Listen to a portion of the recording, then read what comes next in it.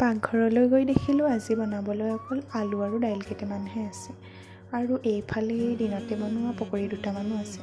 ভাবিলোঁ তিনিওটা মেলি কিবা এটা হয়েই নেকি। কথামতেই কাম। গেছটো জ্বলাই কুকাৰত আলু আৰু দাইল কাটি বহুৱাই দিলোঁ।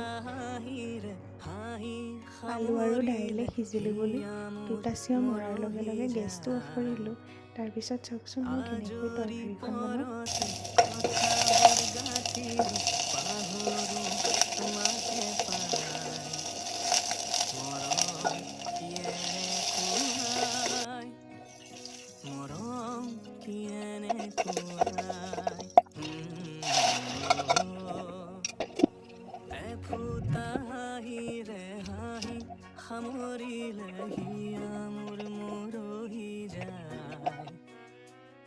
আজৰি পৰতে কথাবোৰ গাঁঠিলো